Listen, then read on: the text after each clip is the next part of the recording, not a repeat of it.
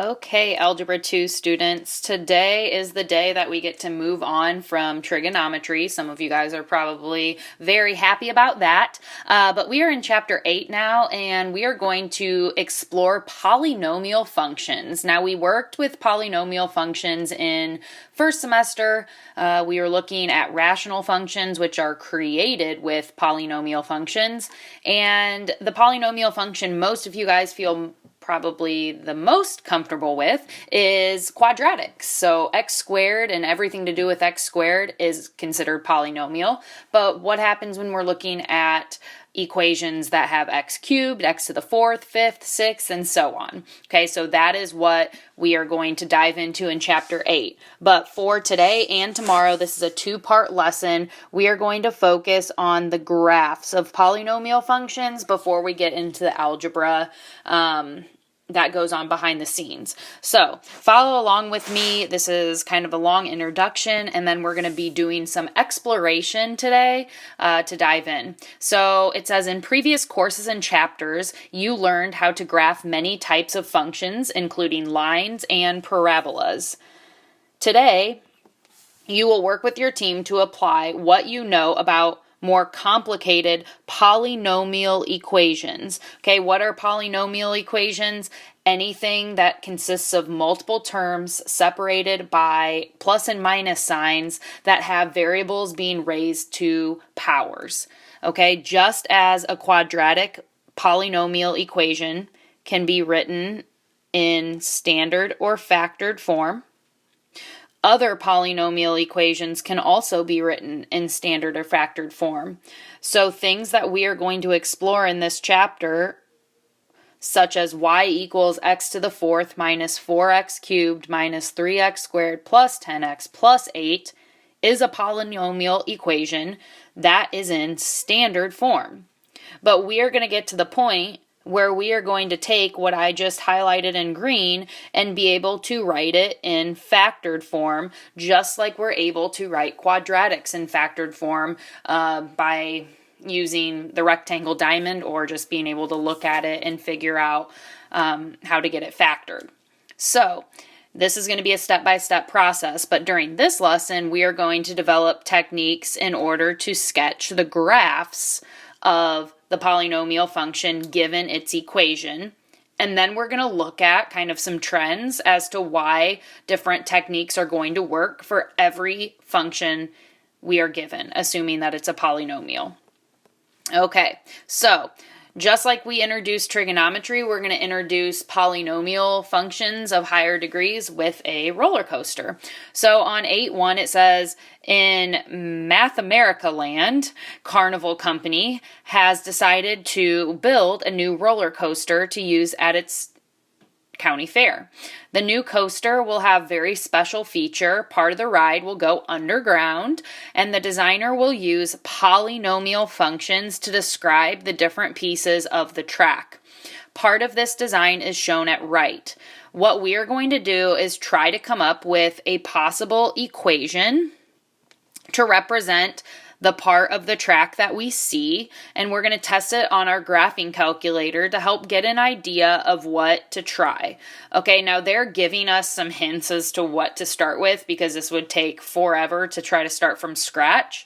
Okay, but we are going to look at examples of these different functions here. And I'm going to use Desmos today on this video because it's on my iPad, but really I would encourage you to try to type these separate equations into your graphing calculator to get more practice with that and adjust the viewing window to see what's going on. Okay, so our first function is y equals x times the quantity x minus 2. Okay, so I'm going to look at that function first. And we can see that when I view this function in red here, x times x minus 2, we get the shape of a parabola, which that is not the full shape of the coaster track that we are looking at, okay? But we can see that the x-intercepts of this parabola are 0 and 2. And I maybe want to record that. So let's kind of keep track of what those x-intercepts are. So on this first one, x equals 0 and x equals 2 are the x-intercepts. Now I do see that on this coaster x equals 0 and x equals 2 are x-intercepts, but we also need to consider 3 as an x-intercept. Okay, so we're probably thinking that this next equation isn't necessarily going to work, but let's view what the next equation looks like. Okay, so if I go ahead and take this off the screen and view what x times the quantity x minus 2 squared, we see that that is no longer a parabola. Okay, it's kind of like an S-shaped function, but again, what are the x-intercepts? 0 and 2 are the x-intercepts. Okay, so even though we're squaring the quantity x minus 2, the x-intercepts still continue to be x equals 0 and x equals 2. So now if we go ahead and look at x times x minus 2 times x minus 3, okay, we're hopeful that now that x-intercept of 3 is going to be introduced. So if I go ahead and x out of this graph and view the next graph, okay, yay, we have our x-intercepts correct, but we see that the roller coaster needs to be primarily underground, and from 0 to 2, this roller coaster is above ground. Okay, so we need to get this portion that was above ground in our picture for the third equation to be flipped underground. So let's go ahead and record our x-intercepts where x equals 0, x equals 2, and x equals 3. So we're happy about that. But now we have to get this part of the coaster flipped. Okay? So with that being said, because we're not in class to work through this together, okay, we see that none of these 3 work, but they should lead us into seeing something, okay? If I go back to our second equation and view that really quickly, this was when we were squaring x minus 2, and what happened with that? It kissed the x-axis. Notice that at 2, the parabola is touching the x-axis and then not crossing it, but continuing back up in the opposite direction. So it seems that when you square a factor, it is just going to touch the x-axis rather than cross the x-axis. So I am here to tell you that if we look at the equation on my screen that I just highlighted, x times x minus 2 squared times x minus 3, I'm going to zoom out a little bit, okay, and we can see that at x minus 2 squared, at the x-intercept of 2, we are kissing the x-axis, not crossing it. So I think that this equation matches the coaster that we were asked to find. Okay, so the moral of the story at this point, and again, this is an exploration, I would not yet ask you to come up with this yourself, okay, is y equals, we need to include the x-intercept of 0, so we just have x plus 0, but we're not going to write that in, and then we have x minus 2, because we need the x-intercept of positive 2, but we need to square it to make up for where it is changing direction. And then we also need to include x minus 3. So this is actually the equation of the coaster, but let me stress that it is in factored form. And that factored form is going to be the easiest way to work with polynomials of higher than the second degree. All right, so we're going to continue to investigate this idea, and it says, in this investigation, let's determine which information a polynomial equation can help us with sketching the graph. So now we're looking at a new polynomial equation, so go ahead and write this down. We have p of sub 1 of x. Okay, now some people get confused with that. That's just a naming system. We're going to start to see p be used in this chapter. That stands for polynomial. Instead of using an f, they're going to specify and remind you what we're working with, and the little subscript of 1 is just a way to name multiple equations in a lesson. Okay, so this is really just saying the first polynomial equation we're diving into is x minus 2 times the quantity x plus 5 squared. So to which family of functions, linear, quadratic, cubic, square root, does this belong to? Now let's use our basic knowledge of factored form, and let's recall that this can really be written as x minus 2 times x plus 5 times x plus 5. We're using our knowledge of what squaring a quantity means. So if we think about rewriting this in standard form, now we're not going to go through it, but what would we have to do? We would have to distribute, we would have to do double distribution on this polynomial, and we would get a quadratic, so we would have an x squared resulting along with some other terms, but then we would have to distribute the x squared to both terms in the third factor. So when we take x squared times x, the highest power of the variable we're going to get is x cubed.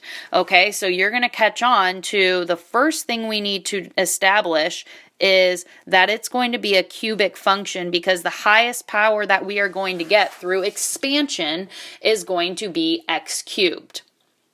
Okay, so we call this polynomial a third degree polynomial. Poly stands for polynomial. Okay, I'm going to write that quite a lot.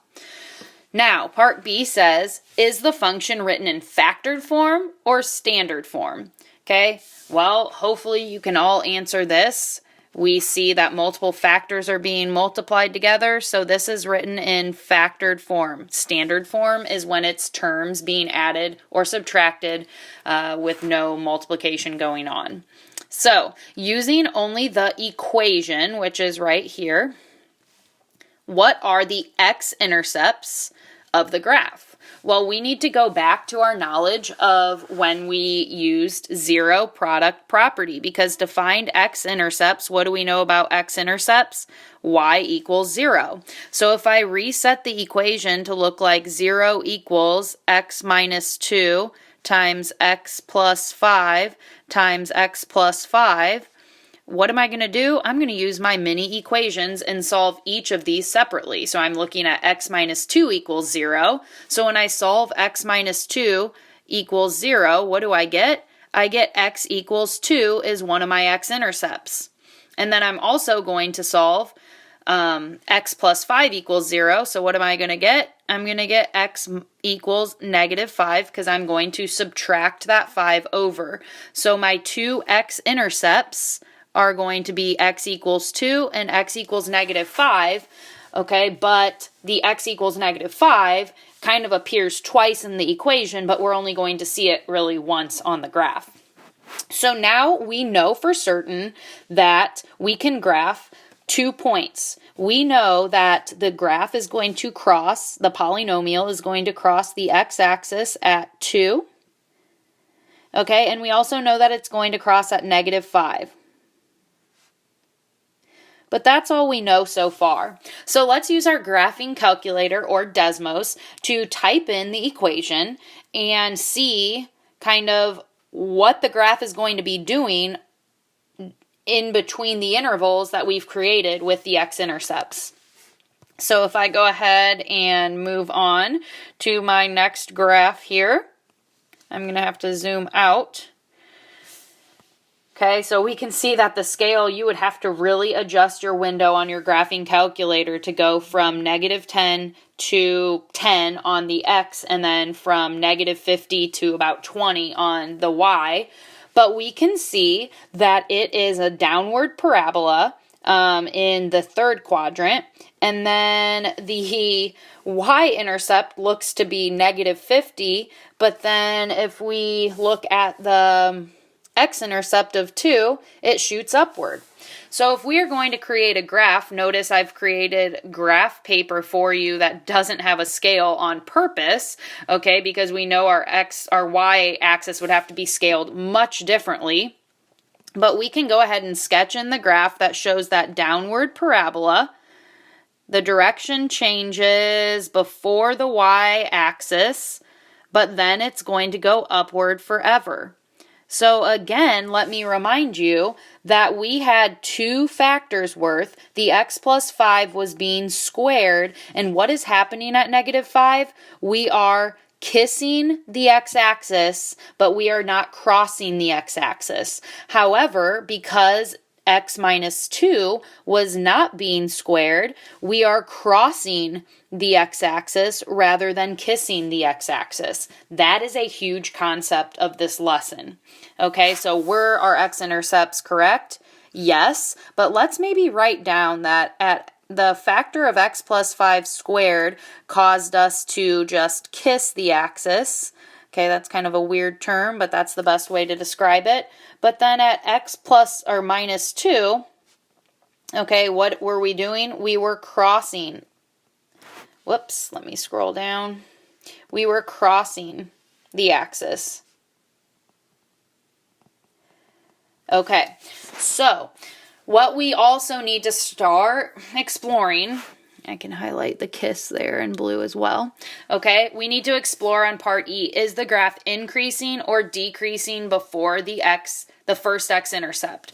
Okay, so we always view a graph from left to right. From left to right, ignore the arrows because a lot of times you're going to want to say decreasing if you see an arrow shooting down. But if you watch my green pen travel, I'm going to start at negative infinity essentially on the x-axis. And look at my green on the graph. What is it doing? It's going up from left to right. So we are going to say from negative infinity to negative 5, we are increasing. But then when we get to negative 5, to, we'll say, about negative 1, what are we doing? Watch my green pen. My green pen is going down. So we are decreasing. Okay, now they didn't ask us for after that, but at negative 1, watch my green pen. What am I doing? Negative 1 till forever on when I look at domain, I am increasing again. So we can say from about negative 1 to positive infinity, we increase. So there are two direction changes that are going on in this third degree polynomial. Whoops. Okay, so now we're going to do kind of the same exploration with a second equation. So we call this polynomial number 2 of today's lesson. So on polynomial number 2, we have this constant of 2 out front. And then we have the factor x minus 2 times x plus 2 times x minus 3. So the first question that we're asked is how many different, distinct, that's another synonym in math, that means different, linear factors are there? So a linear factor has to have an x to the first power within it. So this 2 out front is not a linear factor because there's no variable with it. Now if it was 2x, that would certainly be a linear factor, but it's just 2. So there are 3 linear factors. Okay, and what are those 3 linear factors? We have x minus 2, we have x plus 2, and we have x minus 3. Those are each called a linear factor. So how many x-intercepts would we predict that it would have on the graph? Well, again, if I think about my zero product property by setting y equal to 0, okay, well, if I have my x minus 2, I have my x plus 2, and my x minus 3. Okay, the first thing that I would do to solve this is I would divide both sides by 2. Actually, I want to do that in a different color. Okay, to get rid of that constant out front. Now, if there's a variable there, I couldn't do this. Okay, so once I get rid of that 2, the 0 is not going to change. How many mini equations am I going to have? Well, I'm going to have 3 mini equations. So how many x-intercepts do you think they're going to be? 3. 3 x-intercepts. Okay, so what do we think that those x-intercepts are going to be? Well, those x-intercepts are going to be the result of when we solve each mini equations. So when I solve x minus 2 equals 0, I am going to get x equals positive 2, so I can put that on the graph. When I solve x plus 2 equals 0, I'm going to get x equals negative 2, so I can put that on the graph. And then when I solve x minus 3 equals 0, I'm going to get x equals positive 3. So I can put that on the graph as well. So those two x-intercepts are fairly close to one another. But that's really as far as we can go right now. Now, do you think that there's going to be any portion of the graph that just kisses the x-axis? I don't think so, because are any of these factors being squared? No. Okay, so I think that at every x-intercept, the graph is going to cross the axis and continue above or below. Okay, so let's go ahead and use our graphing calculator or Desmos to now view P sub 2. And here we go. This is our new graph. Now, at any of the three x-intercepts, I can kind of zoom in there to get a better scale. Are we kissing the graph? No, we're not. Okay, and that's what we expected because none of the quantities are being squared. So let's first go ahead and draw the graph in, since I'm switching back and forth between screens. Okay, but we noticed that it was below the x-axis, but going toward the x-axis to begin with. Okay, and then it kind of peaked on the y-intercept, and then it shot below for a brief period of time, and then it went up.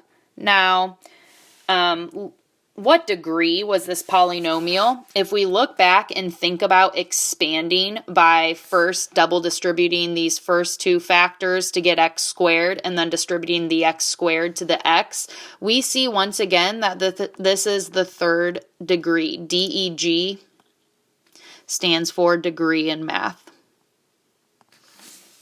Okay.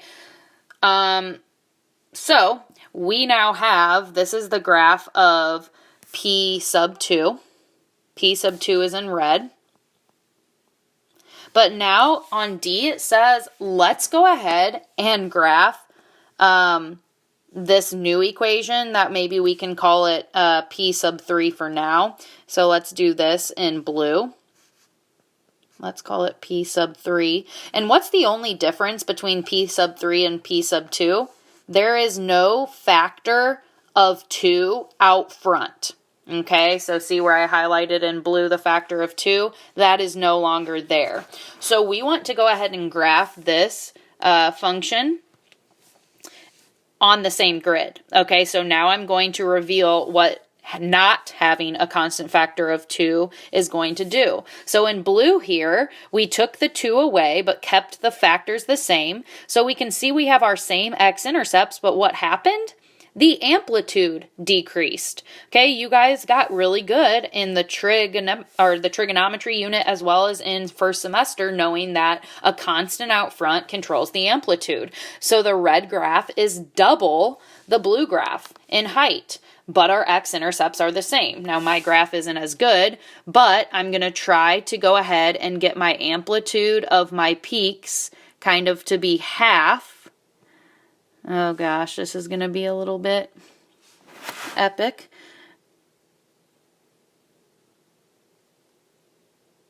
Okay, so that was not a great sketch. You guys can do better than me there. But does the constant factor of 2 have any effect on the x-intercepts? No, our x-intercepts remained the exact same. So when there is a constant out front, it's not going to change x equals 2, x equals negative 2, and x equals 3. We still have those. Did it have any effect on the shape? No. It's still the same S shape where we from this point are increasing from left to right. At this middle section, we are decreasing from left to right, and then when we hit the bottom of the valley, we go to increasing again. Same shape. Did it affect the y-intercept? Well, yes, because the y-intercept is somewhat controlled by the amplitude. So we can say controlled by the amplitude.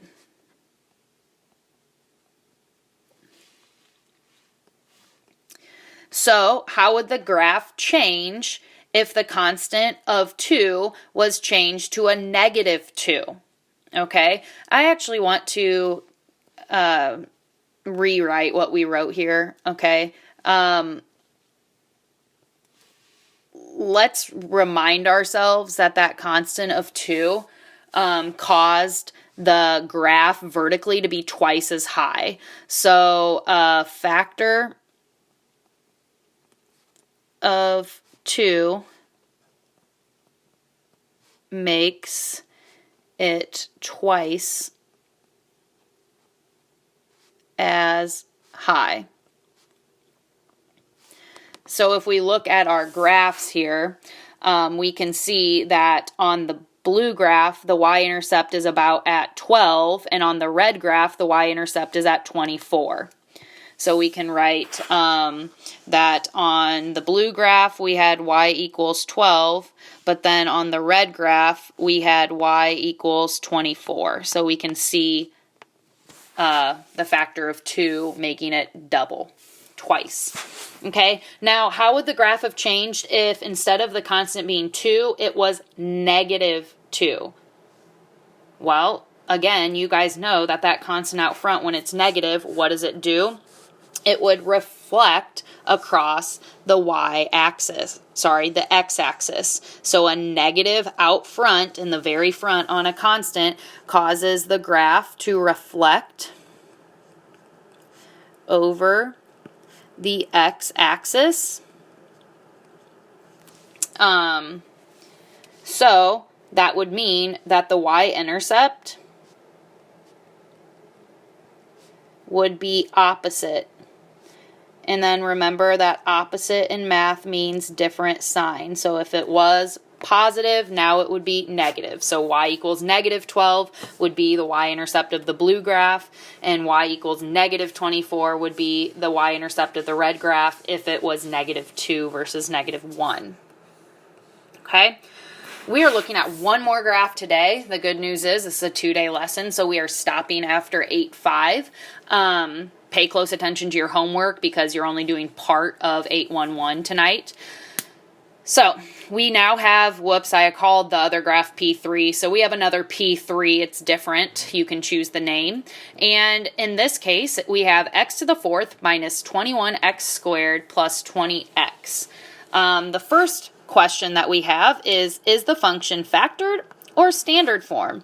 Now, I like that they put this example because I don't see any linear factors there. It is in standard form. Standard form means you have multiple terms being separated by those plus and minus signs. Okay, so can we determine all of the x-intercepts from the equation that we were given before we plug it into a graphing calculator? Well, at this point, we can't. Why can't we? Because the equation is not factored. So if we are going to use if we are going to replace y with 0, which that's what we have to do to find x-intercepts, we have to rely on ZPP. And if it's not factored, then we can't use ZPP. Okay, so at this point, we really don't know anything about necessarily what x to the 4th is going to look like. Okay, because the other two examples were 3rd degree, but this is the 4th degree. So degrees easier when you're in standard form because it's just simply the highest power of x. So let's go ahead and use our graphing calculator to look at what the x-intercepts are. Now, if you have your TI 83 or 84, if you enter this function into the graphing calculator, y equals, and then go to second, calculate, choose option to find the zeros, because remember 0 is a synonym for x-intercept, then you're going to have to select the left bound, the right bound, and select a guess, okay? You can Zoom chat me if you'd like me to go over this skill because it's great to have for like SAT and any test you're taking in math. And let's, though, if we're on Desmos, it's a lot easier, look at the x-intercept. So let's get rid of these two graphs, and now this is our actual P3, which if I zoom out, whoa, it's a crazy looking graph. Okay, you can see way down here below negative 150, it's going to have a valley here. But we see that it's like a weird W shape. But if we zoom in to find those x-intercepts, okay, we see that we have an x-intercept at negative 5, 0, 1, and 4. So our x-intercepts, I'll repeat those again, are at